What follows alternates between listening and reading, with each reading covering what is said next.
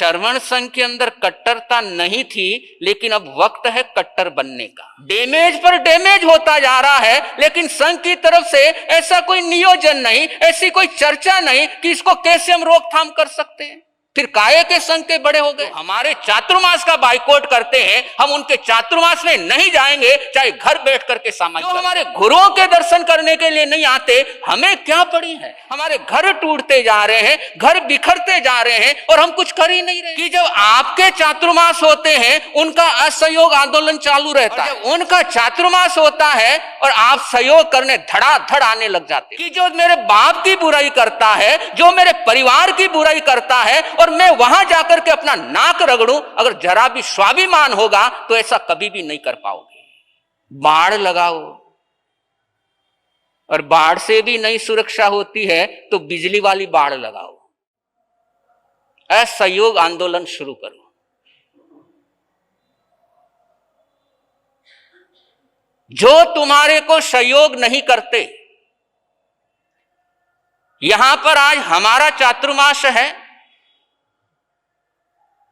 और देखो कि कौन कौन नहीं आ रहा है, कौन सी परंपरा को मानने वाले सहयोग नहीं कर रहे हैं।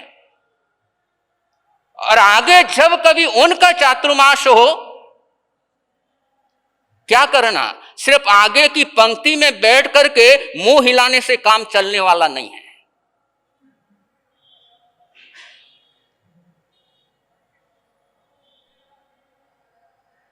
कि जब आपके चातुर्मास होते हैं, उनका असहयोग आंदोलन चालू रहता है,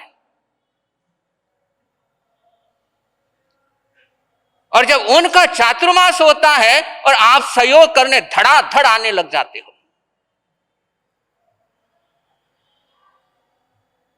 कब तक चलेगा।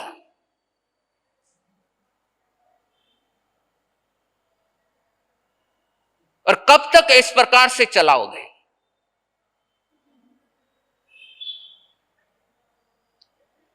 और यह बहुत जरूरी हो गया। आज श्री कृष्ण जन्माष्टमी है, और श्री कृष्ण के लिए एक संबोधन गया, रण छोड़ दास। रण छोड़ भी श्री कृष्ण को बोला जाता है।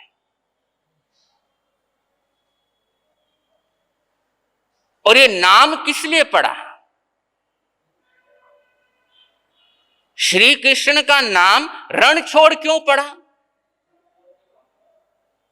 नहीं, भागे नहीं,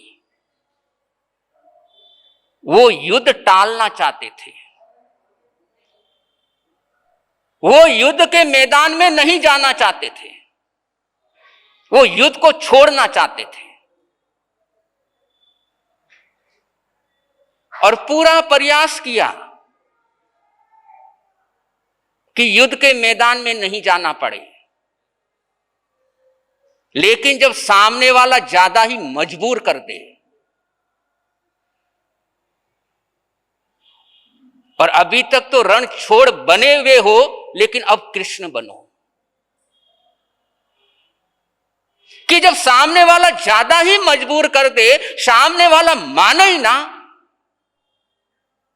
तो फिर कृष्ण बनो। और बनना होगा।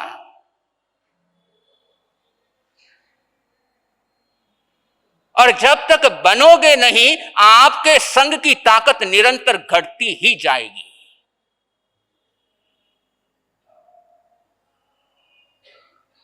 घटती जा रही है और घटती ही जाएगी।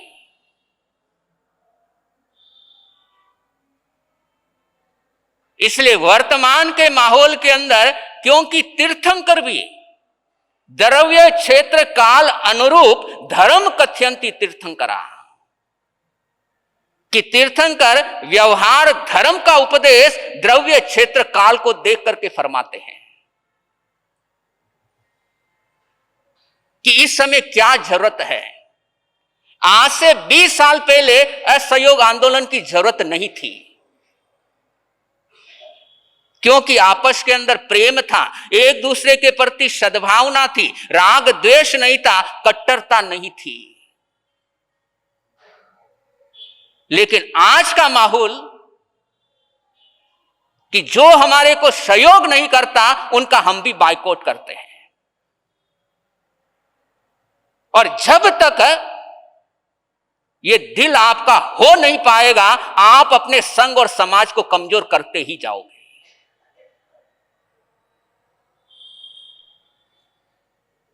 और ये गुनाह है, अपने संघ को, अपने समाज को कमजोर करना ये गुनाह है। कि आपको जिम्मेदारी मिली है अपने संघ को मजबूत करने की। राजा चेटक युद्ध नहीं चाहते थे, किसी भी कीमत पर नहीं चाहते थे, लेकिन कोणिक ने मजबूर कर दिया। आप असहयोग आंदोलन नहीं चाहते हो, लेकिन सामने वाला मजबूर ही कर दे तो करना चाहिए। कि जिनको तुम मानते हो, जब जिनको तुम मानते हो और उनके सामने जब दूसरे के हाथ नहीं जुड़ते, तो तुम्हें क्या पड़ी है कि उनके सामने जाकर के अपनी नाक रगड़ने की।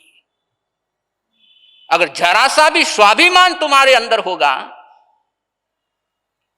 कि जो मेरे बाप की बुराई करता है, जो मेरे परिवार की बुराई करता है, और मैं वहां जाकर के अपना नाक रगड़ूं, अगर जरा भी स्वाभिमान होगा तो ऐसा कभी भी नहीं कर पाओगे।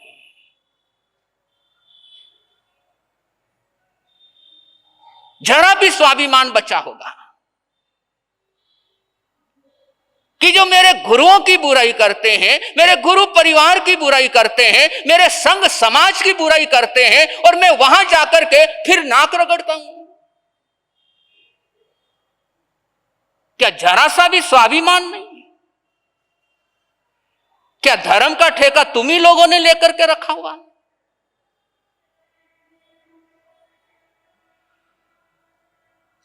इसलिए कहीं ना कहीं अपने स्वाभिमान को, अपने अस्तित्व को यदि बचाना है तो ये तो करना ही होगा, वरना धीरे धीरे खत्म होते जा रहे हो। लोग तुम्हें खत्म करते जा रहे हैं, तुम्हें बांटते जा रहे हैं, और तुम बंटते जा रहे हो। और आए साल 5-10 घर तुम्हारे कम होते ही जा रहे हैं।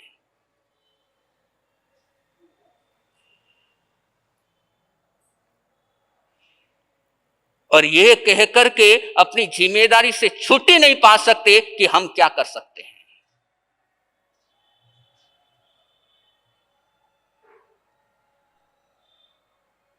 तो समय की नजाकत, उसको पहचान करके आगे बढ़ने की जरूरत है। और यदि समय की नब्ज को नहीं समझ पाए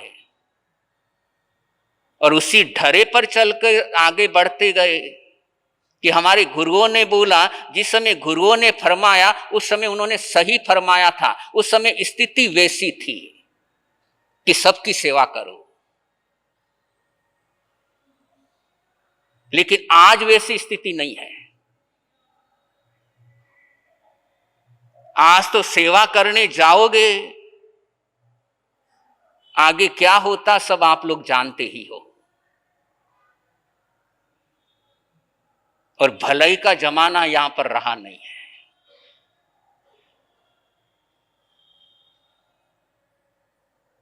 और जब तक ये एक स्वर में ये होगा नहीं,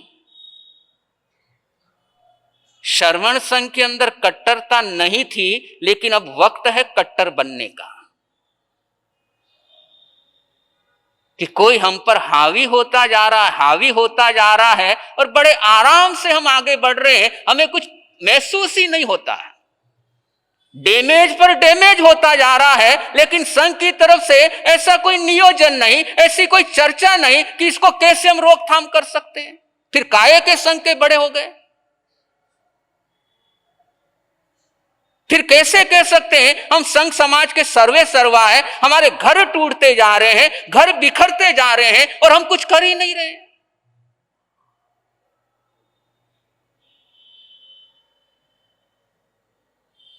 तो सामने वाला हावी हो रहा है तो कहीं ना कहीं अपने को अपनी रणनीति चेंज करनी ही होगी। पुरानी रणनीति पर आगे बढ़ा नहीं जा सकता। और वर्तमान का तो आपके स्थानकवासी समाज का कह लो वैसा माहौल हो गया है कि किसी ना किसी को तो योगी बनना ही होगा।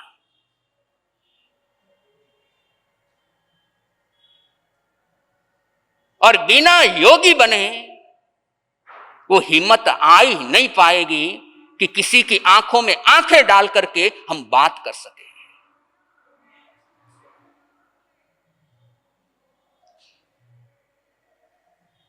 तो एकजुट होना ये बहुत जरूरी हो गया है।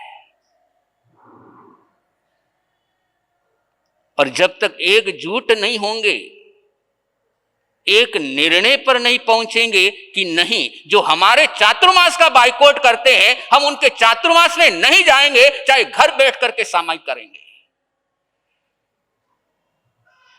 जो हमारे गुरुओं के दर्शन करने के लिए नहीं आते, हमें क्या पड़ी है। और जब तक ये सोच बनेगी नहीं तब तक नुकसान होता ही जाएगा।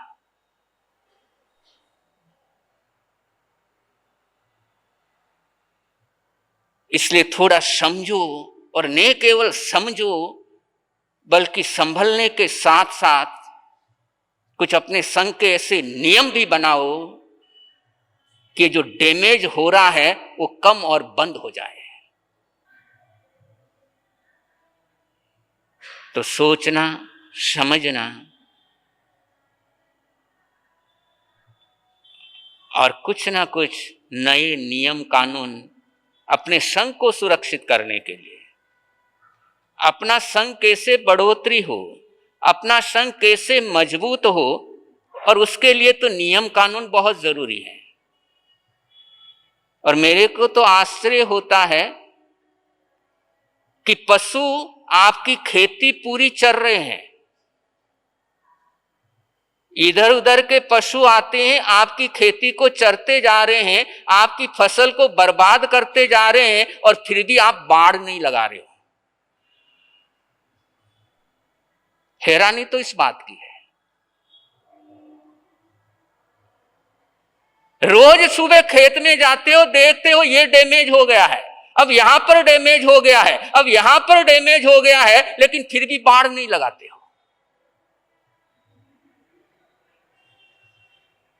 तो फिर चिंता करने से क्या होगा, फिर बोलने से क्या होगा। तो सुरक्षा करो, बाड़ लगाओ, और बाढ़ से भी नहीं सुरक्षा होती है तो बिजली वाली बाड़ लगाओ।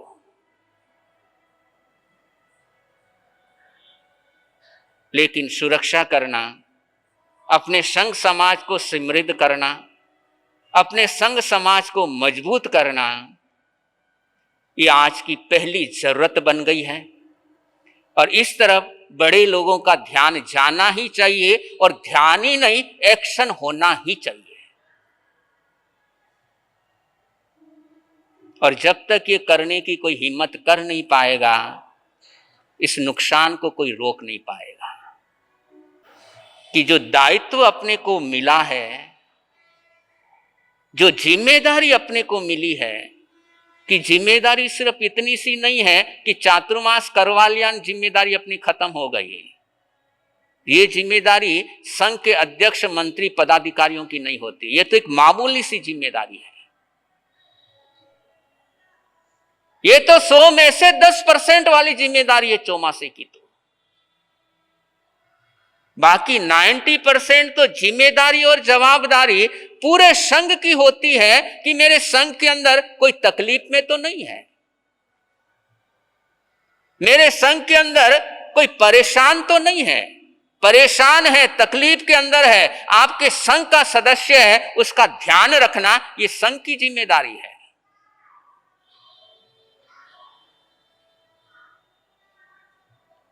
कि इस संघ से जो जो परिवार जुड़े हैं उनको संभालने की जिम्मेदारी ये संघ की होती है। और साथ साथ में जो परिवार संघ से जुड़े हैं उनकी भी जिम्मेदारी रहती है कि मैं संघ से जुड़ा हूं, वो संघ मेरे लिए सर्वे सर्वा है, मुझे भी उस संघ के लिए 100% देना है। और जब ये दोनों का तालमेल आपस में बनता है तब जाकर के संघ नई ऊंचाइयों को छूता है।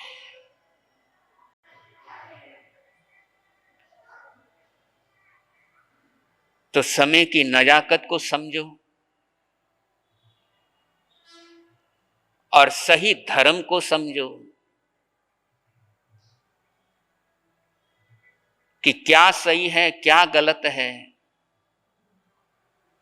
और जब ये समझेंगे तब पता लगेगा कि बहुत सी चीजें जिनके कारण से वाद विवाद है, आपस के अंदर दुश्मनी बढ़ रही है, राग द्वेष बढ़ रहे हैं, वो बातें तो कहीं पर है भी नहीं।